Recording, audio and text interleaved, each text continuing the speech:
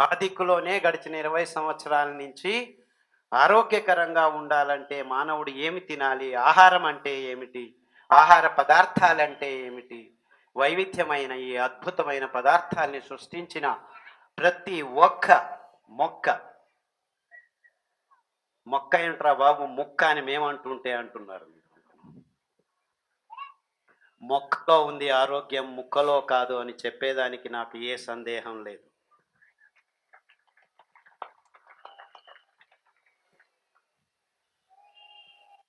అండి, అద్భుతమైన ఈ సిరిధాన్యాల్ని అన్ని రకాలుగా వండుకొని తినండి. మీ చేతులతో మీరు వంట చేసి మీ పిల్లల నోట్లో వేయండి. ఎందుకు రోగాలు వస్తాయో ఈ సిరిధాన్యాలు మీకు చేసి చూపిస్తాయి. ఏ రోగాలు మీ దగ్గరికి రాకుండా. భయంకరమైన రోగాలున్న వాళ్లకు ఈ ఆహారాన్ని పంచిపెట్టండి, వండి పెట్టండి. 6 నెలల నుంచి 2 సంవత్సరాల లోపు ఆరోగ్యం వాళ్ళ దేహాల్లోనూ నాట్యమాడుతుంది అద్భుతంగా. ఇందులో రెండో మాట లేదు. అంటే ఇంతవరకు మానవ జాతి చేసిన తప్పు ఆ ప్రాంతీయ దేశీయ ఆహార పదార్థాల్ని గౌరవించకపోవటం, అందులో పెంచుతున్న రైతుల్ని నిరాశ్రయుల్ని చేయటం, అందువల్ల పల్లెలు నాశనం అవటం, అందువల్ల దేశం ఆర్థికంగా ఇబ్బందులకు గురి అవటం. ఎందుకంటే మనం శ్రమతో కూడుగట్టుకుంటున్న సంపదంతా ఈ కంపెనీలు తీసుకెళ్తున్నాయి. ఔషధి కంపెనీలు, రసాయనిక ఎరువుల కంపెనీలు, ఇలా నీటిని ఒదగజేసే పెద్ద పెద్ద కంపెనీల మూలకంగా మన డబ్బంతా ఈ బృహత్ కంపెనీలకు వెళ్ళిపోతుంది. సో వీటన్నిటికీ గడి వేయాలంటే మనం చెయ్యాల్సిందింతే. మీరు ఎవరి వైపు తిరగాలి? ఈ అద్భుతమైన ధాన్యాన్ని పెంచుతున్న మన మెట్టభూ రైతుల వైపు తిరగాలి. మరి మీరందరూ ఏం చేస్తున్నారు? మల్టీ స్పెషాలిటీ హాస్పిటల్స్ చుట్టూ తిరుగుతున్నారు. ఎవరి చుట్టూ తిరగాలి మీరు? మన పల్లెల వైపుకు మొగ్గు చూపాలి. సో అందరం ఏం చేయాలి? ఈ అద్భుతాల్ని రాసాయనిక ఎరువులు, క్రిమి కీట కలుపు నాశక మందు పదార్థాలు ఉపయోగించకుండా పెంచే అద్భుతమైన సేంద్రియ పదార్థాలు. అందుకే బలరాముడు నాగలి సాంకేతికంగా ఇక్కడ పెట్టారు చూడండి. అంటే ఎద్దులను వాడండి, దున్నండి. ట్రాక్టర్లు తెచ్చి భూమిని గబ్బు లేపకండి. ఆ ఎద్దులు కావాలంటే ఆవులు కావాలి. ఆవులను చంపుకొని తింటామంటే విషయం అర్థం చేసుకోండి. మీకు నిజమైన ఆహారం కావాలంటే ఆ అద్భుతమైన ఎద్దులు ఉండాలి. ఆ ఎద్దులే కట్టెగానుగా నూనెను తయారు చేసేది. అద్భుతమైన నూనెలు. పిల్లలు పెద్దవాళ్ళు అయ్యేదానికి కావాల్సింది ఈ నూనె పదార్థాలు. నువ్వుల నూనె, వెర్రి నువ్వుల నూనె, కొబ్బరి నూనె, వేరుశనగ నూనె. ఈ పదార్థాలని నేరుగా అయినా ఇస్తే అద్భుతంగా పెరుగుతారు. ఎందుకంటే ఆ పెరుగుతున్న పిల్లల్లో కాలేయము, క్లోమము, మెదడు, మూత్రపిండాలు 50 నుంచి 70% కొవ్వు అంశాలతోనే తయారు చేస్తుంటారు. ఆ కొవ్వు సరిగ్గా లేకుంటే మెదడు ఎలా బాగా తయారవుతుంది? అందుకే మీరు గర్భిణీలు కావాలన్నప్పుడు ఈ అద్భుతమైన పదార్థాలని తింటే మీ పొట్టలో పెరిగే ఆ మెదడు, ఆ కాలేయం, ఆ క్లోమం సరిగ్గా తయారవుతాయి. బుద్ధిమంది పిల్లలు పుట్టరు, వికారమైన పిల్లలు పుట్టరు.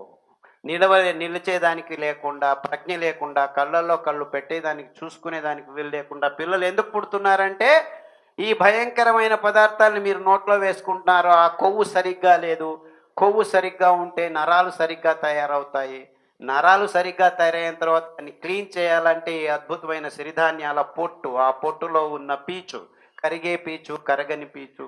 సో ఇలా ఒకదానికొకటికి అన్ని సంబంధంగా ఉన్నాయి. ఒక్కదానితో కాదు ఆరోగ్యం, అన్నిటితో కలిసి ఆరోగ్యం. ప్రపంచంలో వైవిధ్యమైన పద్ధతులు, వైవిధ్యమైన పదార్థాలు ఆయా దేశాల్లో దేవుడు సృష్టించాడు.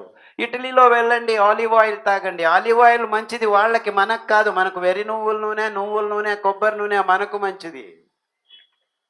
అంతే తేడా, ఇంకేమీ లేదు. సో వాళ్ళు అది తాగనివ్వండి. కెనడాలో స్ట్రాబెర్రీలు తినండి, మన దేశంలో జాంపండ్లు తినుకుందాం. మనం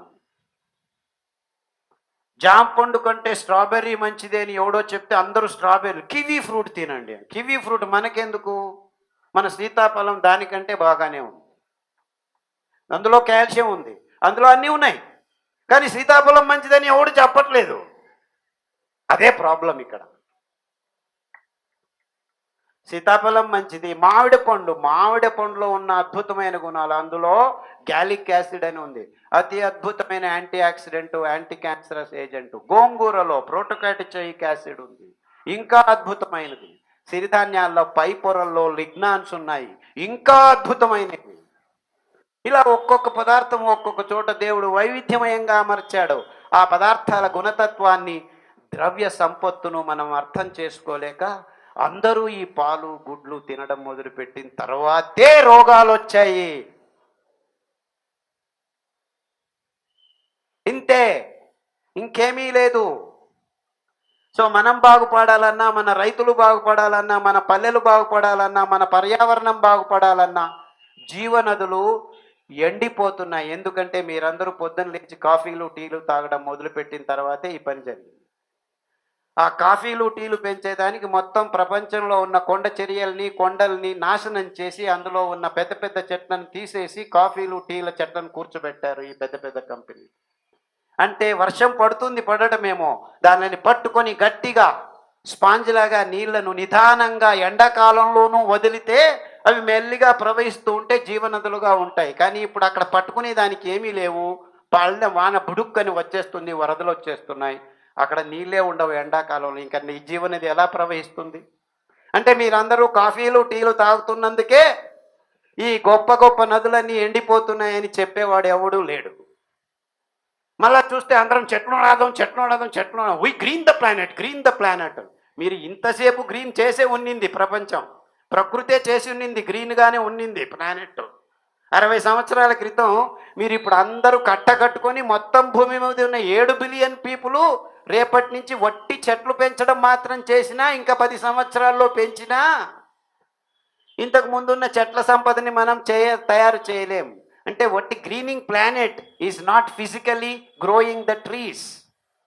ఇక్కడ గ్రీన్ చేసుకోవాలి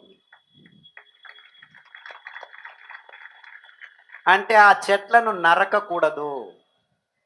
ఆల్రెడీ ఉన్నిన్నాయి. 1950s మిలియన్స్ కాదు బిలియన్స్ ట్రీస్ ఉన్నిన్నాయి.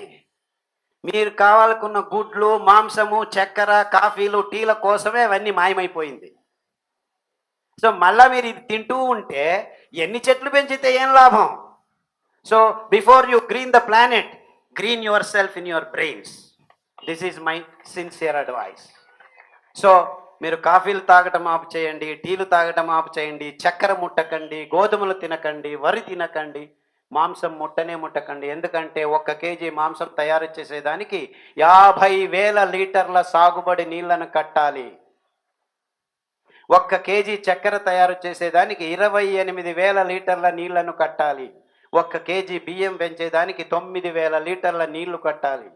అదే సిరిధాన్యాలు 4 వానలు పడితే అవంతకవే పెరుగుతాయి. జస్ట్ లెక్కాచారం కోసం 1 కేజీ పెంచేదానికి 300 లీటర్ల నీళ్లు చాలు. అంటే మీరు 1 కేజీ బియ్యం పెంచే లోపు నేను 30 కేజీలు సిరిధాన్యం పెంచిస్తాను. 1 కేజీ 5 మంది తినేస్తారు వరి బియ్యం, 30 కేజీలు 300 మంది తింటారు. అంటే ఒక్కరికి ఇక్కడ వరి బియ్యం ఇస్తే ఇక్కడ 60 మందికి భోజనం పెట్టచ్చు. 1:60. ఏదండి ప్రకృతికి పర్యావరణానికి పూరకం? అంటే ప్రకృతి సహజ సంపత్తును అతి చౌకగా వినియోగం చేయడం, అంటే చాలా ఆదా రూపంలో, అంటే ఇంగ్లీష్లో ఏమంటారంటే కన్జర్వింగ్ కల్చర్ అంటారు. దీన్ని కల్చర్ అంటారు. అంటే ప్రస్తుత ఆధునిక కృషి పద్ధతులు కన్జ్యూమింగ్ కల్చర్. సిరిధాన్యాల్ని పెంచుకొని కషాయాల్ని తాగే దేశీయ ఆహార పద్ధతులు, ఆహార సంస్కృతి కన్జర్వింగ్ కల్చర్.